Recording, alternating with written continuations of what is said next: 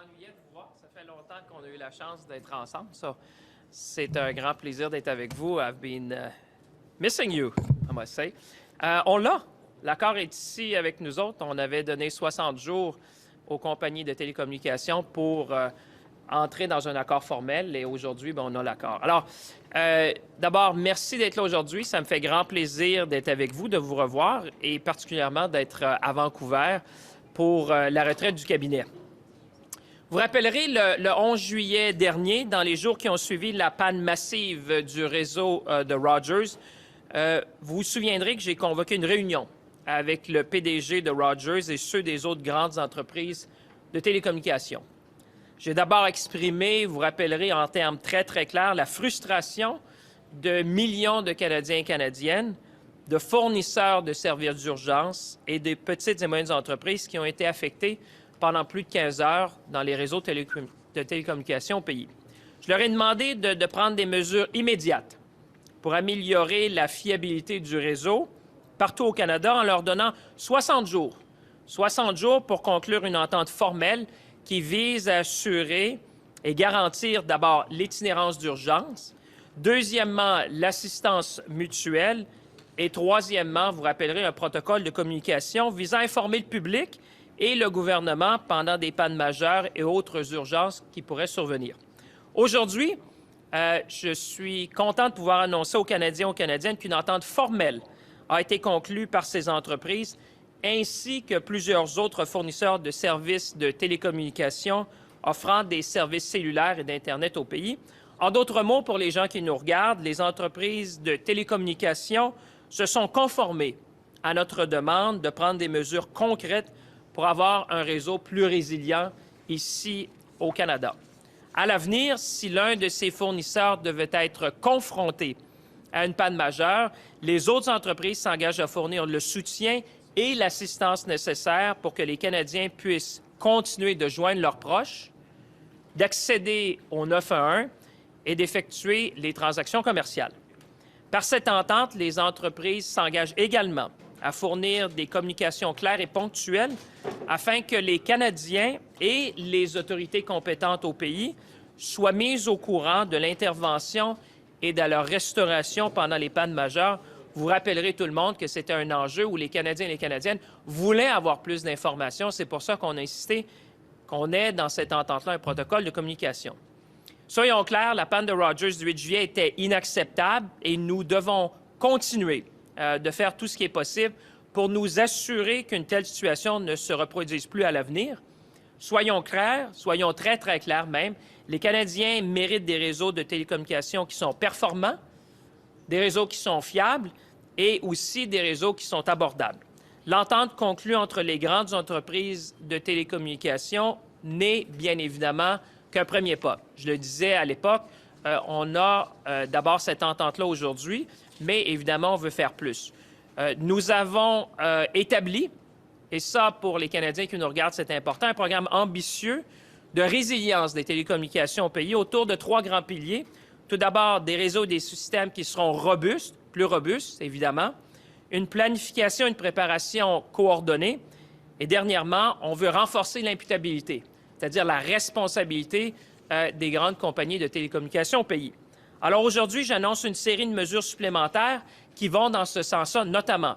Premièrement, j'ai demandé au Comité consultatif canadien sur les télécommunications de sécurité de proposer d'autres mesures pour assurer la robustesse et la fiabilité des réseaux de télécommunications au pays, comme les Canadiens et les Canadiennes s'y attendent. Deuxièmement, j'ai demandé au CRTC de poursuivre son enquête détaillée sur la récente panne de Rogers, y compris les nouvelles mesures mises en place par l'entreprise. Troisièmement, j'ai aussi demandé à mon ministère d'examiner toutes les mesures réglementaires appropriées que l'on pourrait mettre en œuvre pour renforcer la fiabilité et la sécurité de nos réseaux. Et quatrièmement, j'ai aussi accueilli pendant l'été une délégation qui est chargée d'avancer les travaux sur un réseau national d'urgence. Et ce, c'est dans le but de renforcer la résilience de notre système de télécommunications avec le ministre de la Protection civile, mon collègue, le ministre Blair. Nous soutenons l'avancement d'un réseau à large bande pour la sécurité publique qui profiterait évidemment à tous les Canadiens. Il s'agit d'une priorité pour notre gouvernement et aussi une priorité de la stratégie de sécurité civile pour le Canada. Et nous sommes déterminés, le ministre Blair et moi, à travailler ensemble avec les parties prenantes pour soutenir l'opéralisation de ce réseau à travers le pays. Alors, à mesure que nous avancerons, je vais continuer de parler haut et fort au nom des Canadiens et Canadiennes, de tenir les fournisseurs de services de télécommunications du Canada imputables et à vous tenir informés du travail accompli pour renforcer la fiabilité de nos réseaux, mais aussi garantir l'abordabilité et la concurrence. So, good morning, everyone. It's a real pleasure to see you. It's been quite some time, and it's good to see you at the Cabinet Retreat here in Vancouver. In sunny Vancouver, seems to me that every time I'm in town, it's sunny, so I'll keep coming. On July 11th, as you will recall, in the days following the massive Rogers network outage, you will recall that I convened a meeting with the CEOs of Rogers and the other major wireless telecommunication companies across the country. I first expressed, in no uncertain terms, the frustration, the real frustration of millions of Canadians, emergency service providers, and hundreds of thousands of small businesses across the country who were affected for more than 15 hours. I directed them to take immediate action to improve network resiliency across Canada. I gave them 60 days to enter into a formal agreement to ensure and guarantee three things: emergency roaming, mutual assistance, and communication protocol for advising the public and government during major outage and other emergencies. You will recall that at the time, Canadians were wanting to have more information, so I demanded that they provide additional information should that ever occur. And you will remember that when we did that was on the 18th of July, on the 8th of July, so we have, the companies have delivered on time as I expected. Today, I am pleased to report to Canadians that a formal agreement has been reached by these companies, along with a number of other telecommunication service providers offering internet and cell phone services across our nation. In other words, for folks at home, the telecommunication companies complied with our request to take meaningful actions to increase and improve network reliability in our country as we requested. Going forward, should one of these providers be faced with a major outage, the other companies commit to providing the support and the assistance necessary so that Canadians can still reach their loved ones, reach out to 911, and conduct business transactions. As part of this agreement, the companies also commit to providing clear and timely communications, as Canadians expected, to keep Canadians and appropriate authorities informed about response and restoration during these outages. The Rogers outage of July 8th was clearly unacceptable, and we must continue to do everything possible to ensure something similar does not happen again in the future. So let me be clear, Canadians deserve, and I will fight for them, strong, reliable, and affordable telecommunication networks. The agreement reached between Canada's major telecommunications company is only a first step. We have put together an ambitious telecommunication resiliency agenda, which is around three pillars that will be familiar to Canadians. We want robust networks and systems. We want coordinated planning and preparedness. And finally, we want a strengthening the accountability. We will hold the companies accountable for their action on behalf of millions of Canadians. To that end, I'm announcing today a series of additional steps that I've already taken. First, I directed the Canadian Security Telecommunications Advisory Committee to come up with further measures within 6 months with a clear timeline to ensure robust and reliable telecommunication networks across our country. Second, I requested the CRTC to pursue its detailed investigation of the Rogers recent outage, including new measures the company is putting in place. Thirdly, I have instructed my department to review all appropriate regulatory measures that could be implemented aimed at strengthening the reliability and the safety of our networks. And fourthly, I welcomed during the summer a delegation to advance the work on national emergency network. And as a first step to strengthen the resiliency in our telecommunication system, together with my dear friend Minister Blair, the Minister of Emergency Preparedness, we are supporting the advancement of a public safety broadband network that will benefit all Canadians from coast to coast to coast. This is a priority for Canada's emergency management strategy, and Minister Blair and I are committed to working with stakeholders to support the operationalization of this network in our country.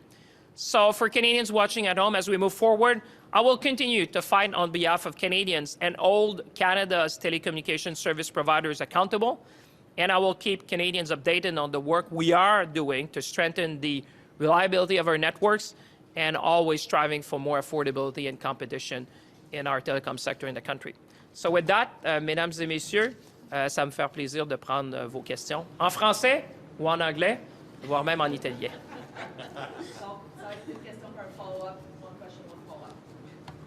Good morning. I miss you. Let me start with that. Good morning, Mia Rabson from the Canadian Press. I'm curious, when that happened in July, there was already supposed to be a plan for 911, for example, to work on phones that went down, and we know that didn't always happen. So why should Canadians feel that this agreement is going to make it any different? Well, first of all, the agreement and it's going to be made public. That was one of the things that a number of commentators asked, and I think it was coming out also when I testified in front of the parliamentary committee. So the agreement will be made public so Canadians can judge, the content of it. But at the time, there was an understanding between the telecommunication companies, as I understand it, when I pushed the CEOs as to why. And they said there's already this informal agreement where we need to help each other, mutual assistance, emergency roaming. And my instinct answer on behalf of Canadians, I say, well, that's not good enough. We need to codify that, and we need a formal agreement. And in addition to that, the good news, and I think, is Bill C-26. You will remember this is going to be amending the Telecommunications Act in Canada and adds security as one of the main purposes, giving the Minister of Industry the regulatory power to, I would say, enforce a number of measures and even impose fines should there be a case to make sure that we have more security in our network. So, and to your question more directly, I think that's what the CRDC needs to find out. That's why I've demanded that they continue their detailed investigation, because we need to get to the bottom of this. I think Canadians and certainly the vast majority of small businesses that were affected were under the impression that this was the case, and the emergency personnel. That's why when I talked to Minister Blair, we've been looking at additional measures we can take, and I think that's one of the 4 things I've announced this morning. We're not going to rest. Trust me, we're going to hold them accountable and take any measures we can to strengthen resiliency. I'm also curious whether this has changed your thinking at all on any of the proposed mergers, in particular the Rogers-Shaw merger. Well, I've been candid at the time. I think Canadians deserve that. I said, listen, it's going to be on the back of my mind because obviously resiliency is key. We want affordability, we want competition, but we want resiliency. So when Rogers is going to file a demand to my department, their proposed merger has to be reviewed by the CRTC. It's been reviewed now by the Competition Bureau, and it's actually in court. And then finally by my department, it's going to be on my mind as I looked in that, and certainly I've been clear about that from the get-go when this happened. Minister, I wonder, when you look back to July and during the blackout, how available were Rogers executives to you to get the answers you needed when this was happening? Were they reachable, and were they forthcoming with what was going on? Well, they should have been more forthcoming. That's what I will say on behalf of Canadians. You recall at the time I was in Japan when I first called the CEO of Rogers, and you know what?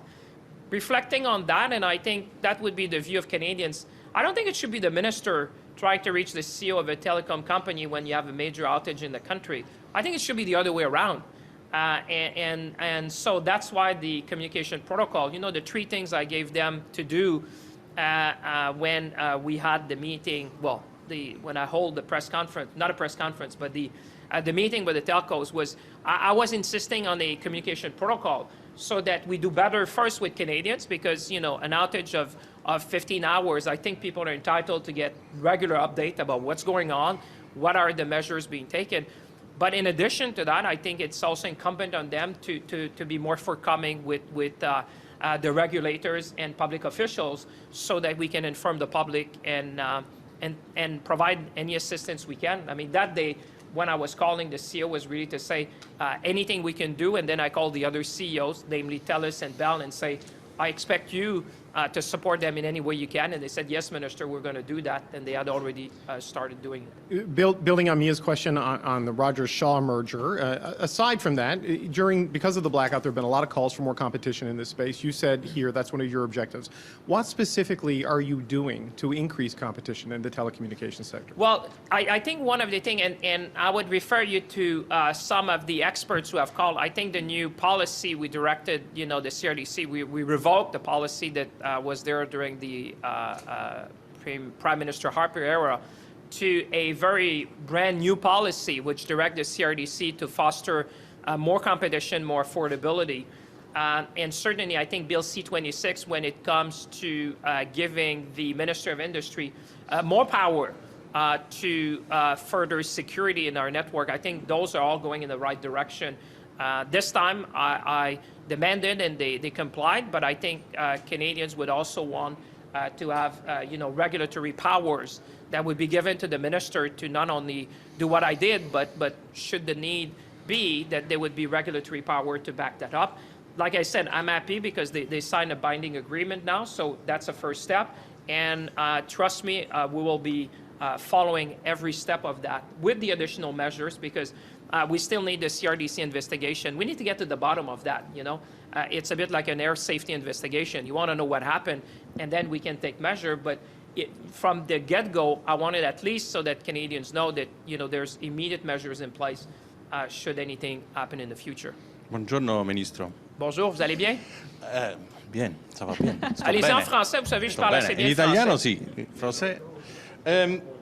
So just to stay on the Rogers-Shaw possible merger, the process, as you mentioned before, the Competition Bureau has said selling Freedom Mobile is not enough. There's still antitrust issues, as you said, they're in court. Would you ever consider weighing in before that process with the Competition Bureau is over to say, look, the frequencies, to sort of use your regulatory powers, because this could drag on for quite a long time? Well, listen, I have been pretty forthcoming as industry minister when this happened, and say, on the face of it, it raised a number of concerns that should be properly investigated. I am happy that the Competition Bureau of Canada is looking into that. The matter is in front of the court as we speak. And when, they'll be submitting eventually perhaps an application, formal application to my office, we will take a decision at the time. But the fact that it's currently in front of the court, I think that process should be carried. And more broadly speaking, I think there's nobody in Canada which would doubt, or even the CEOs of any company, that, I've been saying affordability is what I have in mind. And therefore, I think the message has been heard. And it's for them to, bring forward to the authorities whatever they want to bring forward. And obviously, my job is to protect the interests of Canadians. And when it's my turn, certainly we'll make that clear. And on today's announcement, it was very broad. If one of the telecoms companies has an outage, then the others have to help in emergencies. But it also says to communicate with loved ones and to do business. How would that work exactly? Would people, phones start roaming on another service automatically? I mean, there's three things. I mean, I think it's not that general. I think it's pretty, in my view at least, fairly simple. We say we want emergency roaming. Part of the issues is that, and that if you go back to the United States, remember what we did, or at least when I announced on July 8th, was largely what the Federal Communication Commission had put in place, I think 3 days before, was that emergency roaming in times of emergency, so that you can move. When I was saying loved ones, that if you have emergency roaming, people can go on with their normal business. The second thing was, which is dear to my heart, is emergency services. 911. We need to strengthen that across the country so that, we are definitely more resilient for all sorts of emergencies we can have. And the third one, which is in my mind at the time, which that's why I was expressing the frustration, is hundreds of thousands of small businesses could not transact a day. You'll remember that people could not go on because their service provider was Rogers. We need to, we cannot have a country, a G7 country, for 10 hours, 12 hours, 15 hours and small businesses across the nation not being able to transact business. So for me, this is very concrete. The additional steps is to say, okay, now that this is in place, what more can we do? And obviously the investigation and the work of separate agencies will inform the additional steps that I'll be pushing the telcos for.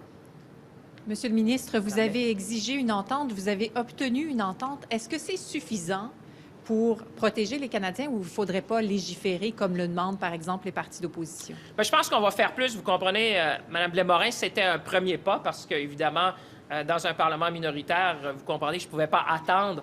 Je pense que les gens s'attendaient à ce qu'on prenne des mesures immédiates, effectives, qui pouvaient renforcer la résilience. C'est pour ça que vous avez vu 12 compagnies qui se sont joints même. Alors, c'est plus que ceux avec qui j'avais parlé. Donc, je dirais que c'est un pas dans la bonne direction, mais j'ai été clair à l'époque que ce n'était qu'un début.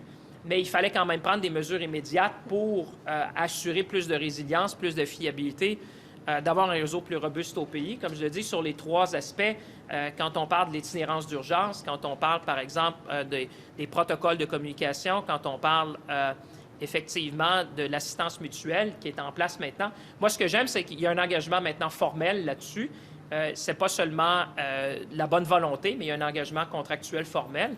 Et évidemment, bien, on va suivre ça. Et vous avez raison, dans les prochaines... Je pense que C-26, le projet de loi qui va amender la loi sur les télécommunications, va donner au ministre de l'Industrie plus de pouvoir, justement, pour ajouter la sécurité comme étant l'un des objectifs en vertu de la loi, qui me permettrait, par exemple, de mettre sous ordonnance ce que j'ai maintenant contractuellement pour forcer les compagnies. Mais, comme je le disais, elles se sont conformées à ma demande. Alors, c'est un pas dans la bonne direction, mais c'est sûr qu'on veut faire plus. Vous avez parlé du gouvernement minoritaire. Vous ne pouviez pas attendre. Est-ce que vous aviez l'impression que l'opposition était en train de vous mettre des bâtons dans les roues? Et vous semblez mettre ça un petit peu sur le dos de l'opposition. Non, écoutez, si c'est ça la perception, c'est que vous me connaissez, j'ai le désir d'agir.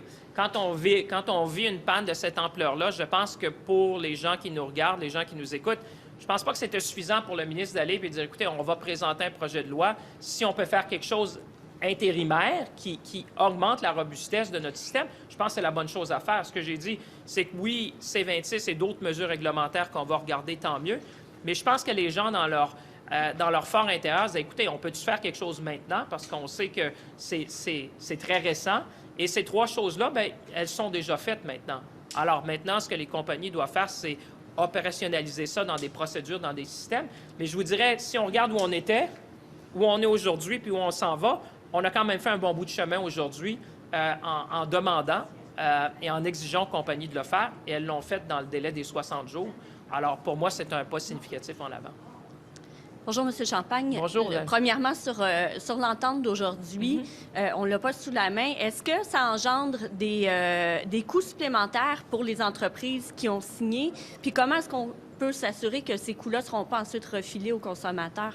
Bien, je sais que dans l'entente, il y a certaines choses qui doivent être mises en place. Vous comprendrez, quand on parle d'itinérance d'urgence à travers 12 compagnies, il y a plusieurs ententes qui devront être faites entre elles. Donc, évidemment, il y a des procédures à mettre en place, il y a des processus, il y a des systèmes à mettre en place.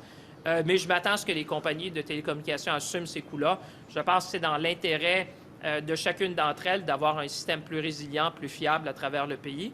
Et je leur ai dit de façon très claire que ce n'était qu'une première étape. Alors, ils ont respecté la volonté que j'avais exprimée. Puis écoutez, à l'époque, moi, je parlais au nom de millions de Canadiens. Alors, l'écoute était assez attentive, je vous dirais. Quand on parle au nom de peut-être 10, 15 millions de Canadiens pour exprimer la frustration, je pense que le message a été entendu haut et fort par les compagnies.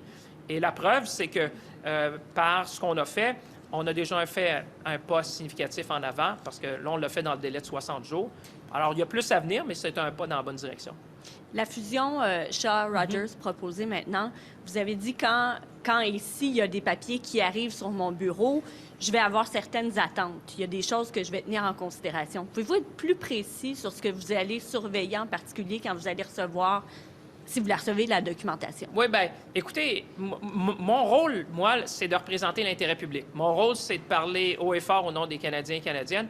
Mon rôle, c'est de s'assurer que ce qui est dans la tête des Canadiens, c'est d'abord l'abordabilité, la fiabilité puis la résilience. Alors, c'est sûr que mon cadre de référence, évidemment, dans le cadre réglementaire qui existe présentement, c'est ça que j'ai en tête. Et je l'ai dit, je l'ai répété souvent, c'est ce qui va animer mon analyse, le jour où ils vont me déposer, si ils décident de déposer quelque chose chez nous pour un transfert de spectrum. Mais je pense que vous avez déjà vu, vous voyez déjà, le Bureau de la compétition a soulevé des enjeux sérieux et c'est maintenant devant les tribunaux. Alors, on va suivre ce processus-là.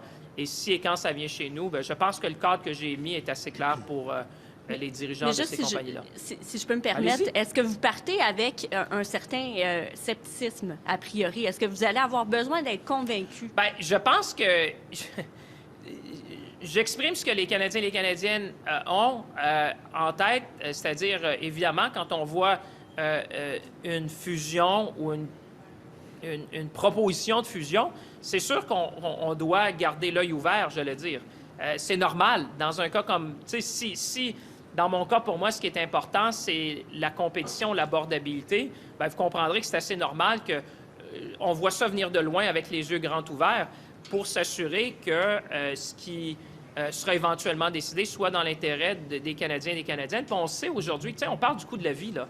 On sait que l'enjeu des frais de cellulaire, des frais d'Internet, c'est dans la tête des Canadiens et Canadiennes. Tu sais, on est dans une retraite du cabinet, puis on parle d'abordabilité, on parle d'économie, on va parler de logement. Fait que c'est sûr que dans ma tête à moi, la question de l'abordabilité, la question de la compétition, bien, c'est présent à mon esprit. Puis là, on a en plus la résilience. Mais je l'ai dit candidement là-dessus, puis je pense que les gens m'ont entendu et certainement les compagnies aussi. Hi, Minister. Brian Platt with Bloomberg. I wanted to ask an auto industry question. Sure. There's a lot of rumors out there that Tesla may be looking at building a factory in Canada. Really? Could you tell us, yes, you may have heard, what kind of conversations have you had with Tesla, and are you optimistic they Well, you know might me by invest now. here? You know, I'm 52. You know, I talk to everyone. And everyone I can talk to. I get the CEO's numbers across the world. We did Mercedes-Benz, Volkswagen. I'll put that in the book one day. I mean, I chase them. I text them. Not everyone in the morning wakes up thinking about Canada. That's just the reality. I hope we understand that by now. It's not happening by magic if we sign with Volkswagen and Mercedes-Benz. So, more specific to your question, I visited their offices I think it was in Markham, where they have a Tesla office, out of memory. And yes, I've been talking to them. They've been talking to me as well, as I should. I think you would expect the industry minister. I think Canada is becoming the green supplier of choice to the auto industry and the aerospace industry. That's certainly what I'm proposing. And I think I will tell you that the German automakers, for the first time in history, are paying attention really to Canada and what we have to offer. I think that is resonating in many capitals around the world, and my next trip is going to be in Korea. But to your question, yes, I'm talking to them, but, unsurprisingly, you would say, knowing me now, I'm talking also to all the automakers around the world, because I do think that this is our moment. We need to be ambitious, we need to seize the moment, and when you look at what they're looking for talent, they're looking for the ecosystem. They're looking for the resources. They're looking for renewable energy. And they're looking for access to market. And I challenge all of them to say, tell me which country in the world can offer more than we can offer in terms of the talent pool we have in the Windsor-Detroit corridor and across Quebec and a number of regions.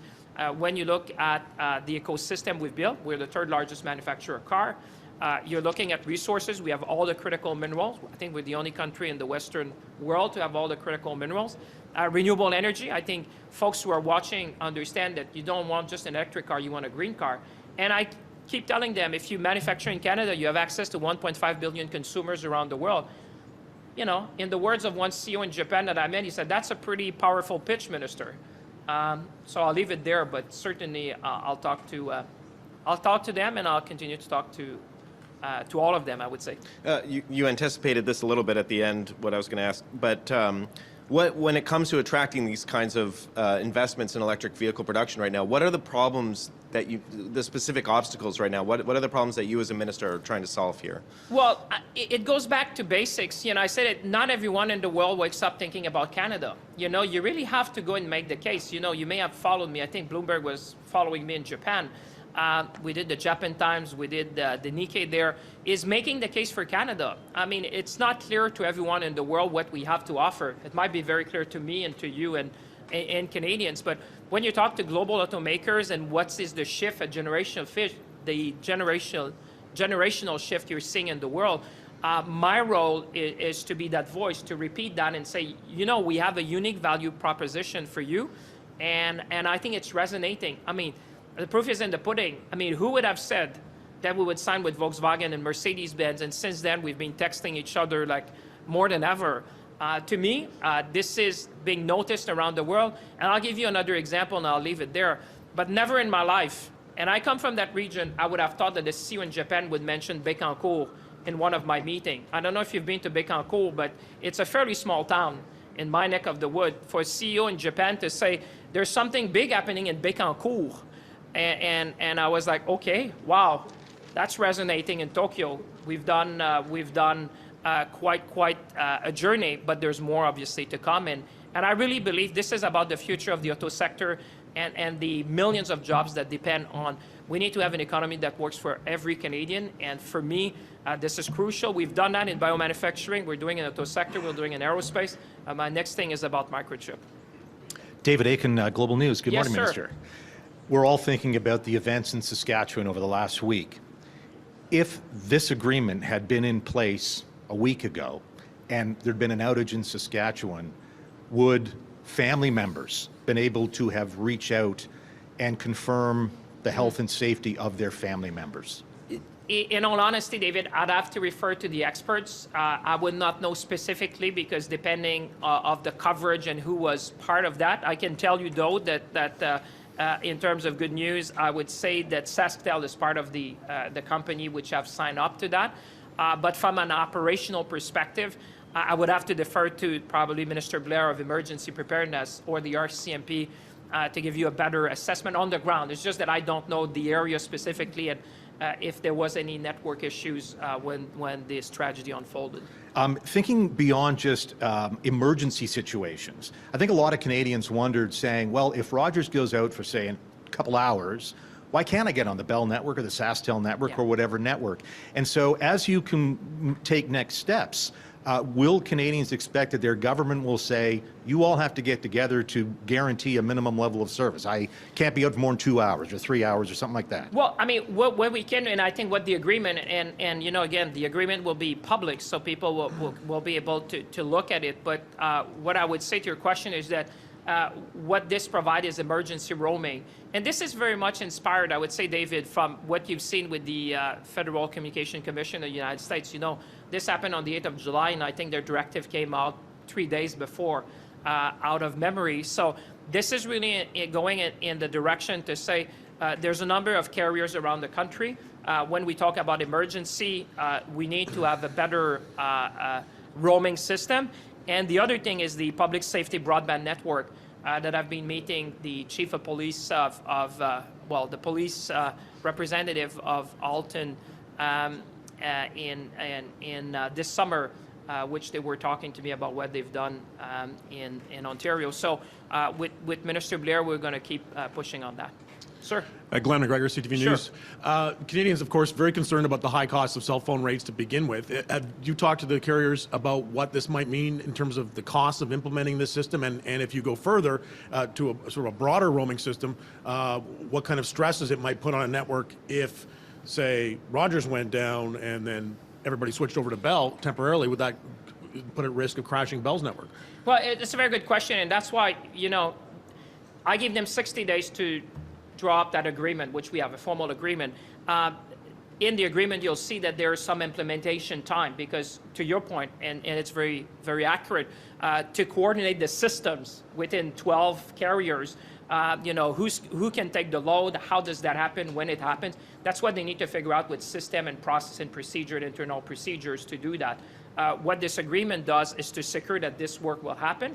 And my expectation is that they will carry the cost of that because this mutual assistance should be beneficial to all of them because, you know, Rogers was the one we looked at on the 8th of July, but I think there's an understanding that this could have happened to another carrier. So for me, this is like an insurance policy for all of them to do work better together, particularly on emergency roaming and mutual assistance. So that's why they'll have to enter into bilateral agreement between all of them to make sure that their systems could coordinate that on a technical level. But consumers trust there's not going to be another egg management fee where they open up their Listen, bill and say we got an emergency roaming I'll be watching charge? that like a hawk, but my expectation is that they carry the cost because, again, it's just all of them have been selling to Canadians how reliable they are in their networks. So this is an insurance policy that benefits them and certainly will benefit the customers. And I think that they've learned from the 8th of July. And my discussions with them, when you talk on behalf of millions of Canadians, they were listening intently about what more they can do. So that's my expectation, but we'll be watching. And that's why, going back to C26, having more regulatory power, that's why I directed my department to say what more can I have in terms of regulatory power to enforce that. We'll be looking at that as well. Merci. Merci tout le monde. Bonne journée. Thank you. Let's go there.